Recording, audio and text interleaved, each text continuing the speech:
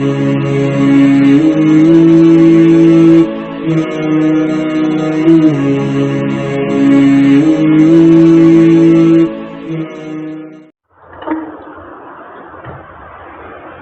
للہ وحدہ والصلاة والسلام علی من لا نبی بعدہ اما بعد اعوذ باللہ من الشیطان الرجیم بسم اللہ الرحمن الرحیم وَإِذْ قُلْتُمْ يَا مُوسَى لَن نُؤْمِنَ لَكَ حَتَّى نَرَى اللَّهَ جَهْرَةً فَأَخَذَتْكُمُ الصَّاعِقَةُ وَأَنْتُمْ تَنظُرُونَ ثُمَّ بَعَثْنَاكُمْ مِنْ بَعْدِ مَوْتِكُمْ لَعَلَّكُمْ تَشْكُرُونَ وَظَلَّلْنَا عَلَيْكُمُ الْغَمَامَ وَأَنزَلْنَا عَلَيْكُمُ الْمَنَّ وَالسَّلْوَىٰ كُلُوا مِن طَيِّبَاتِ مَا رَزَقْنَاكُمْ وَمَا ظَلَمُونَا وَلَكِن كَانُوا أَنفُسَهُمْ يَظْلِمُونَ صدق اللہ العظیم۔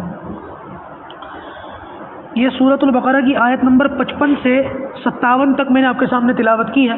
55 کا ذکر اور ترجمہ تھوڑا سا کل آ گیا تھا کہ وَإِذْ قُلْتُمْ يَا مُوسَىٰ، اس وقت کو یاد کرو کہ جب تم نے کہا اے موسیٰ، لن نؤمن، ہم ہرگز آپ پر ایمان نہیں، لن نؤمن لک، ہم ہرگز آپ پر ایمان نہیں لائیں گے، حتی نر اللہ، جب تک کہ ہم اللہ کو جہرتاً دیکھ نہ لیں اپنی آنکھوں سے، اپنے سامنے۔ فاخذتکم الصاعقہ، تو بجلی نے ان کو اچک لیا، وانتم تنظرون، اور تم تو دیکھ رہے تھے۔ ثم بعثناکم من بعد موتکم، لیکن پھر میں نے تمہیں زندہ کر دیا تمہارے مرنے کے بعد۔ وہ جو بجلی نے اچک لیا، بجلی آ گئی ان پر تو مر گئے۔ اللہ تعالیٰ فرما رہا ہے میں نے تمہیں زندہ کر دیا، لعلکم تشکرون، تمہارے مرنے کے بعد زندہ کیا، کیوں؟ تاکہ تم شکر کرو۔ اور پھر اللہ تعالیٰ فرما رہا ہے صرف یہ نہیں کہ زندہ کیا، وَظَلَّلْنَا عَلَيْكُمُ الْغَمَامَ، اور ہم نے تم پر بادل کا سایہ کیا، وَأَنزَلْنَا عَلَيْكُمُ الْمَنَّ وَالسَّلْوَىٰ، اور تم پر منہ اور سلوہ اتارا۔ بڑا مشہور منہ اور سلوہ کا واقعہ آپ لوگ سنتے رہتے ہیں، میں آج اس کی وضاحت کروں گا یہ کیا چیز تھی۔ کلو، کھاؤ، من طیبات ما رزقناکم، پاک چیزوں میں سے، اس پاک رزق میں سے جو میں نے تمہیں عطا کیا، ہماری دی ہوئی پاکیزہ چیزوں میں سے کھاؤ۔ وما ظلمونا، اور ولیکن کانوا انفسہم یظلمون، اور انہوں نے ہم پر ظلم نہیں کیا، البتہ وہ خود اپنی جانوں پر ظلم کرتے تھے۔ جو کچھ بھی وہ کیا انہوں نے ہمارے لیے نہیں کیا، اپنے اوپر ظلم کیا۔ بات دراصل یہ ہے جب بچڑے کی پوجا وہ کی اور وہ ختم ہو گیا معاملہ، بچڑے کو توڑ پھوڑ دیا، تو پھر موسیٰ علیہ السلام نے ان کو توبہ کے لیے کہا، توبہ کے اندر وہ قتل و قتال بھی ہوئے۔ بعد میں انہوں نے کہا کہ یہ تورات میں اللہ تعالیٰ کی طرف سے لایا ہوں، اب اس پر عمل کرو، جو تم مانگتے تھے وہ دی ہے اللہ تعالیٰ نے۔ تو کہنے لگے ہمیں کیا پتہ یہ کس نے دی ہے، اگر اللہ تعالیٰ کہے گا تو ہم مان لیں گے۔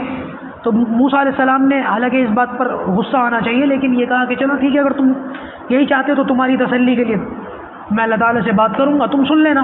اب یہ دنیا کے اندر وہ لوگ تھے جنہوں نے اللہ کا کلام سنا، دنیا کے اندر نبی نہیں ہے یہ لوگ، ولی نہیں ہے یہ لوگ، بہت اونچا مقام نہیں ہے ان لوگوں کا، متقی پرہیزگار نہیں ہے یہ لوگ۔ کون ہیں؟ بنی اسرائیل کے خبیث ترین لوگ۔ اللہ تعالیٰ اپنا کلام سنا، اپنی آواز سنا رہے ہیں۔ تو موسیٰ علیہ السلام نے کہا سن لیا تم نے، اللہ تعالیٰ نے کہا ہے کہ یہ میری کتاب ہے، میں نے بھیجی ہے، میں نے موسیٰ کو دی ہے۔ تو کہنے لگے ہمیں کیا پتہ کہ کون بول رہا تھا، اگر اللہ تعالیٰ ہمارے سامنے آ کر کے بولے گا تو ہم مان لیں گے۔ تو اس بات کے اوپر، اس گستاخی کے اوپر اللہ تعالیٰ کی طرف سے بجلی نے آ کر پکڑ لیا۔ تو موسیٰ علیہ السلام نے اللہ تعالیٰ سے دعا کی کہ یا اللہ، یہ جو بنی اسرائیل قوم ہے یہ ویسے ہی میری طرف سے بدظن رہتی ہے، اب اگر یہ جو 70 لوگ میں لایا ہوں اور یہ مر گئے ہیں، اب میں واپس جاؤں گا ان کے بغیر تو اور ان کا دماغ خراب ہوگا، یہ کہیں گے کہ موسیٰ نے کسی ہیلے وسیلے سے مار دیا ان کو، تو یا اللہ تیری مہربانی ان کو دوبارہ زندہ کر دے تاکہ یہ اپنی قوم کے پاس واپس چلے جائیں۔ تو بہرحال اللہ تعالیٰ نے دوبارہ زندہ کر دیا، مرنے کے بعد دوبارہ زندہ کر دیا، بہت بڑی اللہ تعالیٰ کی نشانی۔ بہرحال جب یہ زندہ ہو گئے، اب اللہ تعالیٰ کی طرف سے حکم ہوا، دیکھو اللہ تعالیٰ کی طرف سے حکم یہ ہوا تھا، اصل یہ جو یہ یہودی ہے نا، آج آپ کو معلوم ہے فلسطین کے اندر رمضان میں سنا ہوگا جھگڑا چل رہا تھا، اس زمانے میں یہ شام تھا، شام، یہ جو سیکنڈ ورلڈ وار ہوا ہے نا، دوسری جنگ عظیم ہوئی ہے، اس کے اندر بڑے حصے ہوئے اس کے، شام کے 5 حصے ہو گئے۔ آج ایک سیریا ہے، ایک فلسطین ہے، ایک اسرائیل بن گیا ہے، ایک جارڈن بن گیا ہے۔ آپ دنیا کا نقشہ اٹھا کر دیکھیں گے نا اس جگہ کا تو 5 ملک آپ کو نظر آئیں گے۔ تو یہ 5 ملک اس زمانے میں ایک ہی تھا، اس کو شام کہا جاتا ہے، حدیثوں کے اندر بھی اس کو شام کہا گیا ہے، اللہ کے رسول نے شام کی بڑی فضیلت بیان کی ہے۔ میں انشاءاللہ کسی جمعے میں باقاعدہ اس پر بات کروں گا شام کی۔ یہ جو شام کی فضیلت ہے مسجد اقصیٰ کی وجہ سے ہی ہے۔ تو یہ جو مسجد اقصیٰ ہے جہاں پر فلسطین میں آج، یہ یہودی شروع سے یہیں پر تھے۔ یعقوب علیہ السلام، میں نے بتایا نا اسحاق علیہ السلام یعقوب علیہ السلام کی اولاد، بنی اسرائیل ان کو کہا جاتا ہے، اسرائیل کی وجہ سے پیچھے آیا، یعقوب علیہ السلام کا لقب تھا، یہ یہاں پر تھے۔ یوسف علیہ السلام کو جب ان کے بھائیوں نے کنویں میں ڈالا، وہ مصر پہنچے اور جیل میں پہنچے، اور جیل میں پہنچنے کے بعد پھر وہ بادشاہ بنے. تو انہوں نے اپنے بھائیوں کو، یوسف علیہ السلام نے اپنے بھائیوں کو فلسطین سے، یعنی کہ اس زمانے کے شام سے اپنے پاس مصر بلا لیا. مصر میں ہی آ کر کے رہنے لگے. تو ایک وقت وہ آیا کہ یوسف علیہ السلام کی بادشاہت ختم ہو گئی اور فرعون وہاں پر مسلط ہو گیا. آپ کو معلوم ہے نا فرعون نے کیا کیا، وہ آپ پیچھے سنتے ہوئے آ رہے ہیں تفسیر کے اندر. ان کے عورتوں کو غلام بنایا، بچوں کو مارا. اللہ تعالیٰ نے موسیٰ علیہ السلام کو نبی بنا کر کے بھیجا. تو یہ ایک عرصے سے یہاں پر رہ رہے تھے. اب یہ مصر سے نکلے تھے، یہ وہ موقع تھا کہ ایک عرصے سے یہ مصر میں تھے یوسف علیہ السلام کے زمانے سے. اب یہ لوگ مصر سے نکلے تھے، وہ دریا پھٹا اور یہ باہر آ گئے. اب اللہ تعالیٰ نے ان کو حکم یہ دیا تھا کہ تم لوگ مصر چھوڑ دو، مصر سے تو نکل چکے ہو، واپس شام جاؤ، فلسطین جو آج کا ہے وہاں جاؤ اور اپنی اس سرزمین پر دوبارہ آباد ہو جاؤ. تم وہاں سے نکلے تھے نا، تمہارے بھائی باپ دادا یوسف علیہ السلام کے بھائی وہاں سے نکلے تھے، وہاں چلے جاؤ واپس. تو ان کو پتہ یہ چلا کہ اس وقت میں شام کے اوپر قوم عمالقہ ایک دوسری قوم تھی، اس کا قبضہ ہو چکا تھا، زمانہ گزر چکا تھا. اور زمانے گزرتے تو حالات بدل جاتے ہیں، حالات کے بدلنے کی وجہ سے زمانہ بدل چکا تھا، تو دوسری قوم آ چکی تھی. اور یہ جو دوسری قوم تھی قوم عمالقہ، یہ بڑی جنگجو قوم تھی، ان کو لڑنے کے پیترے وغیرہ بڑے آتے تھے. تو اللہ تعالیٰ نے حکم یہ دیا کہ بنی اسرائیل کو کہ جاؤ اور قوم عمالقہ سے جہاد کرو. اللہ تعالیٰ کی نافرمان قوم بھی تھی ویسے بھی ہے. تو اللہ تعالیٰ کی یہ منشا تھی کہ بنی اسرائیل کے ذریعے سے اس قوم کو سزا دلوائی جائے.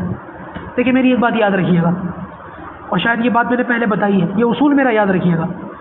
جب دنیا کے اندر اللہ کے نافرمان زیادہ ہوں اور اللہ پر ایمان لانے والے تعداد کے اندر کم ہوں، تو نافرمانوں کو سزا اللہ تعالیٰ آسمانی عذاب سے دیتا ہے.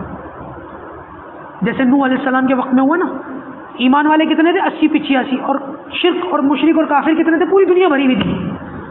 تو اللہ تعالیٰ کا اب یہ حکم یہ ہوتا ہے ایسے موقع پر کہ ایمان والوں کو حکم ہو جاتا ہے کہ تم یہ جگہ بستی چھوڑ کر نکل جاؤ. اور کچھ وقت کے بعد اس بستی کے اوپر فوراً اللہ تعالیٰ کا پکڑ آ جاتی ہے، عذاب آ جاتا ہے، آسمانی عذاب.